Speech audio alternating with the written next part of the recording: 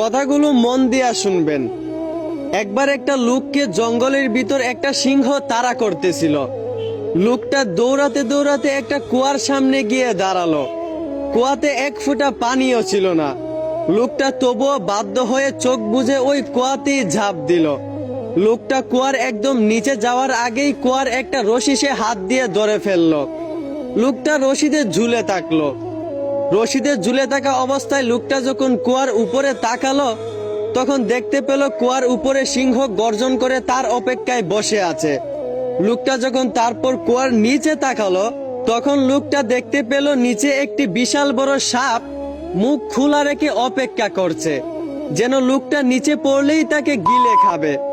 তারপর যখন লোকটা তার হাতের রশির দিকে খেয়াল করলো, তখন দেখতে পেল একটা সাদা ইঁদুর এবং একটা কালা ইঁদুর তার হাতের রশিটা প্রতিনিয়ত কামড়ে চিড়ে ফেলতেছে। লোকটার ঝুলে থাকার সময় তারা শেষ করে দিচ্ছে। তারপর হঠাৎ করে লোকটা খেয়াল করলো তার সামনে একটা মৌচাক।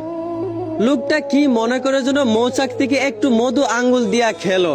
কেন জানি না লোকটার কাছে মধু এত পরিমাণ মিঠা লেগেছে যে লোকটার সাথে সাথেই তার উপরে যে একটা ভয়ঙ্কর সিংহ, তার নিচে যে একটা বিশাল বড় সাপ, তার হাতের রশি যে দুইটা ইঁদুর কামড়ে চিড়ে ফেলতেছে, তার ঝুলে থাকার সময় যে শেষ করে দিচ্ছে, লোকটা নিমিষেই এইসব ভুলে গেল।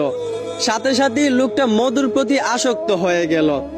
ঠিক তখনই লোকটার বিপদ একদম নিশ্চিত হলো। লোকটার জীবন ওইখানেই থেমে যায়। এই গল্পটাকে শুধু গল্প ভাবলে হবে না, বরং এইখান থেকে আপনাকে শিক্ষা পেতে হবে। এই গল্পের ব্যাখ্যা করতে গিয়ে একজন বলেছিলেন, কুয়ার উপরে থাকা সিংহ হচ্ছে মৃত্যু, যেইটা আমাদেরকে প্রতিনিয়ত তাড়া করে বেড়ায়। আর কুয়ার নিচে থাকা সাপ হচ্ছে কবর, যেইটা সব সময় আমাদের অপেক্ষায় থাকে। আর রশিতে থাকা সাদা ইঁদুর হচ্ছে দিন, আর কালো ইঁদুর হচ্ছে রাত, যেইটা সব সময় আমাদের আয়ু কমিয়ে দেয়। আর কুয়ার ভিতরে থাকা মৌচাকের মধু হচ্ছে দুনিয়ার মিষ্টিতা, যা আমরা উপভোগ করতে গিয়ে চিরন্তন বাস্তবতা ভুলে যাই।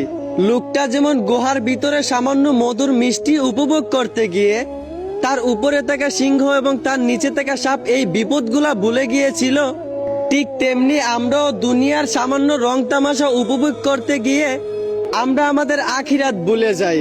একটা কথা মনে রাখেন ভাই, আপনিও যদি দুনিয়ার সামান্য রং তামাশা উপভোগ করতে গিয়ে আপনি আপনার আখিরাত ভুলে যান, তাহলে মনে রাখেন আপনার পরিণতিও কিন্তু ওই কুয়াতে থাকা লোকের মতো হবে।